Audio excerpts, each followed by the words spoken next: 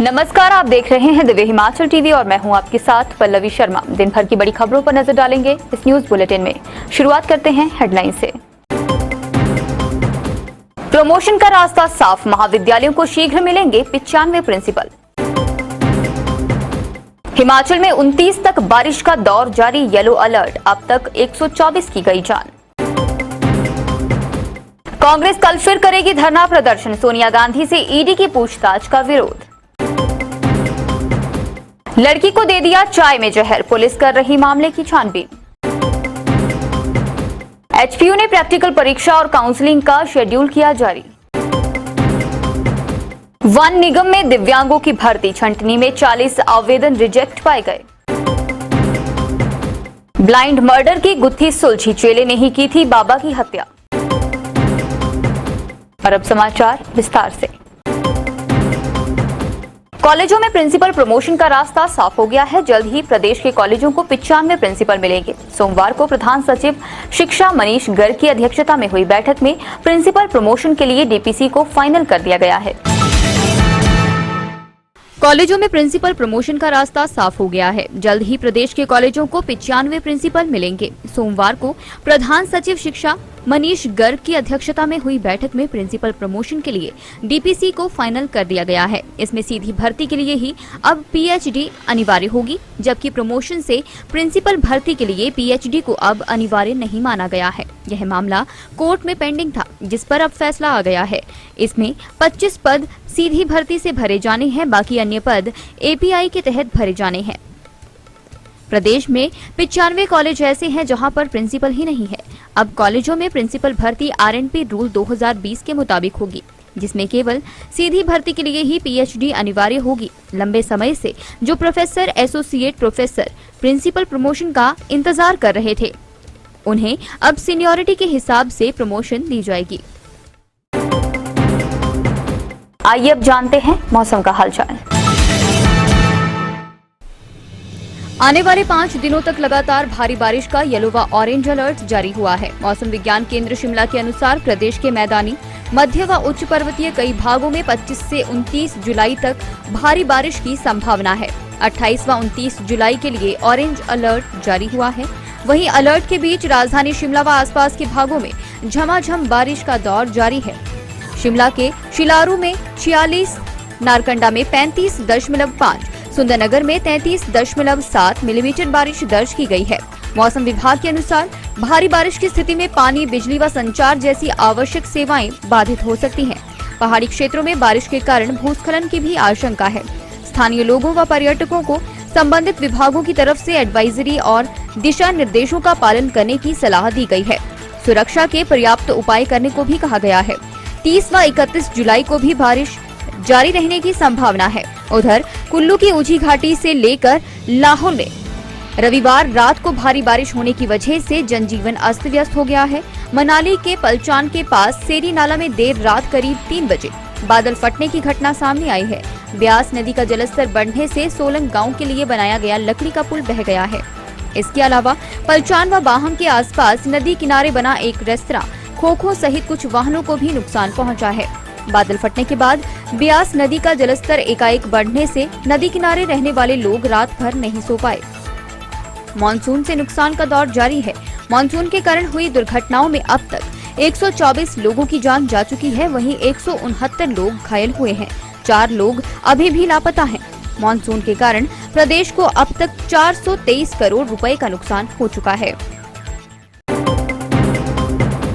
कांग्रेस के राष्ट्रीय अध्यक्ष सोनिया गांधी को प्रवर्तन निदेशालय में तलब करने पर कांग्रेस ने कड़ा रुख अख्तियार कर लिया है। इस कड़ी में मंगलवार को कांग्रेस कमेटी ने प्रदर्शन का ऐलान किया है। शिमला में कांग्रेस पदाधिकारी सोनिया गांधी के ईडी कार्यालय से बाहर आने तक प्रदर्शन को जारी रखेंगे। कांग्रेस की राष्ट्रीय अध्यक्ष सोनिया गांधी को प्रवर्तन निदेशालय में तलब करने पर कांग्रेस ने कड़ा रुख अख्तियार कर लिया है और विरोध प्रदर्शन जारी है। इसी कड़ी में मंगलवार को कांग्रेस कमेटी ने प्रदर्शन का ऐलान किया है।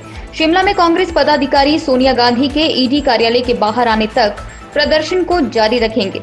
कांग्रेस कमेटी के महासचिव रजनीश किमटा ने कहा कि 26 जुलाई को कांग्रेस के सभी पदाधिकारी, अग्रणी संगठनों के सभी सदस्य, विभागों के पदाधिकारी और कार्यकर्ता शामिल होंगे। किमटा ने सभी पार्टी पदाधिकारियों से इस प्रदर्शन में शामिल होने का आह्वान किया है। टीएमटी प्लस वाटर टैंक की दीवारें मोटी परत की होने के कारण मजबूत होती हैं, जिसकी वजह से एक्सट्रीम सर्दी या गर्मी में भी वाटर टैंक को कोई नुकसान नहीं पहुंचता। जिला शिमला के पुलिस बालूगंज थाना के तहत एक युवती को चाय में जहरीला पदार्थ मिलाकर देने का मामला सामने आया है। पुलिस मामले की छानबीन कर रही है। जिला शिमला के पुलिस बालूगंज थाना के तहत एक युवती को चाय में जहरीला पदार्थ मिलाकर देने का मामला सामने आया है।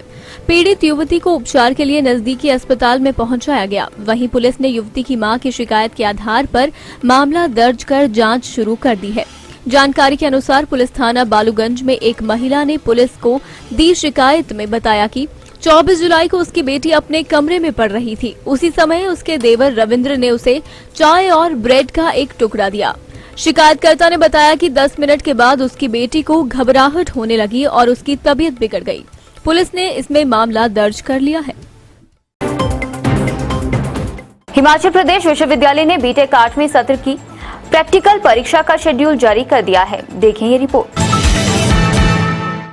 हिमाचल प्रदेश विश्वविद्यालय ने बीटेक 8वें सत्र की प्रैक्टिकल परीक्षा का शेड्यूल जारी कर दिया है। छात्रों की प्रैक्टिकल परीक्षाएं 27 जुलाई से शुरू होगी, जो कि 30 जुलाई तक चलेंगी। इसके साथ ही एटीएम और बीएचएम कोर्स के लिए भी छात्र 20 अगस्त तक फीस जमा करवा सकते हैं। छात्रों के लिए एचपीयू की ओर से ऑनलाइन फीस की सुविधा दी गई है। इसके साथ ही यूजी बीएचएम कोर्स के लिए भी छात्र 29 और 30 जुलाई को काउंसलिंग में भाग ले सकते हैं। एचपीयू ने स्पष्ट किया है कि काउंसलिंग प्रक्रिया में भाग न लेने वाले छात्रों को इस कोर्स में एडमिशन नहीं दी जाएगी। वन निगम में दिव्यांगों की भर्ती प्रक्रिया शुरू हो गई है। प्रदेश भर से इस बार भर्ती के लिए करीब 585 आवेदन आए हैं। इसमें से 44 आवेदक छंटनी प्रक्रिया में रिजेक्ट हो गए हैं। प्रमाण पत्रों की जांच के बाद ये आवेदन रिजेक्ट हुए हैं। वन निगम में दिव्यांगों की भर्ती प्रक्रिया शुरू हो गई है। प्रदेश भर से इस भर्ती के लिए करीब 585 आवेदन आए हैं। इनमें से 44 आवेदक छंटनी प्रक्रिया में रिजेक्ट हो गए हैं। जिन आवेदनों को रिजेक्ट किया गया है उनमें से 25 चपरासी के थे, जबकि 19 आवेदन क्लर्क के पहुंचे थे। इन आवेदनों में दस्तावेजों का अभाव पाया गया है। अब वन निगम बाकी बचे 541 आवेदनों पर भर्ती प्रक्रिया पूरी कर रहा है। इनमें से क्लर्क के लिए 231, जबकि चपरासी के लिए 310 आवेदन बचे हैं। वन निगम में कुल 9 पदों पर ये भर्तियां होनी हैं। इनमें से 3 पद लिपिक के हैं, जबकि 6 पद चपरासी के लिए रखे गए हैं। लिपिक के लिए विभाग ने योग्यता 10+2 निर्धारित की है। लिपिक के लिए 10 आवेदन रोजगार कार्यालय के माध्यम से आए हैं, जबकि चपरासी के लिए कुल 292 आवेदन पत्र दाखिल हुए हैं, जबकि 18 लोगों को रोजगार कार्यालय के माध्यम से आवेदन पत्र भेजे गए हैं। 8 दिनों के लिए आयोजित इस भर्ती प्रक्रिया का मंगलवार को आखिरी दिन होगा। शिमला पुलिस ने कोटखाई के राजगढ़ में मिले बाबा के ब्लाइंड मर्डर की गुत्थी सुलझा ली है। पुलिस ने बाबा की हत्या के आरोप में 3 लोगों को गिरफ्तार किया है। पुलिस की जांच में पता चला है कि बाबा के शिष्य ने पैसों के चक्कर में बाबा का गला दबाकर उनकी हत्या कर दी थी। शिमला पुलिस ने कोटखाई के राजगढ़ में मिले बाबा के ब्लाइंड मर्डर की गुत्थी सुलझा ली है। पुलिस ने बाबा की हत्या के आरोप में 3 लोगों को गिरफ्तार किया है। पुलिस की जांच में ये पता चला है कि बाबा के शिष्य ने ही पैसों के चक्कर में बाबा का गला घोंटकर उनकी हत्या कर दी थी। पुलिस टीम ने सीडीआर और एटीएम के विड्रॉल के आधार पर आरोपियों को गिरफ्तार किया है। एसपी शिमला मोनिका भुटुंगरू ने बताया कि शिवनारायण पुरी नाम के साधु की 6 जून को मिसिंग रिपोर्ट मिली थी। पुलिस ने पहले आरोपी धर्मेंद्र को 25 जून को बिहार के औरंगाबाद से गिरफ्तार किया था, जिससे पूछताछ के बाद 27 जून को बाबा का शव राजगढ़ से बरामद किया गया था। बाबा के शव के हाथ पैर भी बंधे हुए थे। पोस्टमार्टम की रिपोर्ट के आधार पर पता चला कि आरोपियों ने बाबा का गला दबाकर उनकी हत्या की थी। चलते चलते में कुछ और बड़ी खबरें। मंडी जिला में 550 करोड़ से होगा सुकेती खड्ड का तटीकरण। केंद्रीय टेक्निकल अप्रूवल कमेटी के पास पहुंचा स्वीकृति का मामला। जवाली के चिलवाड़ा में चोर समझकर पड़ोसी पर चला दी गोली, घायल टांडा अस्पताल में भर्ती।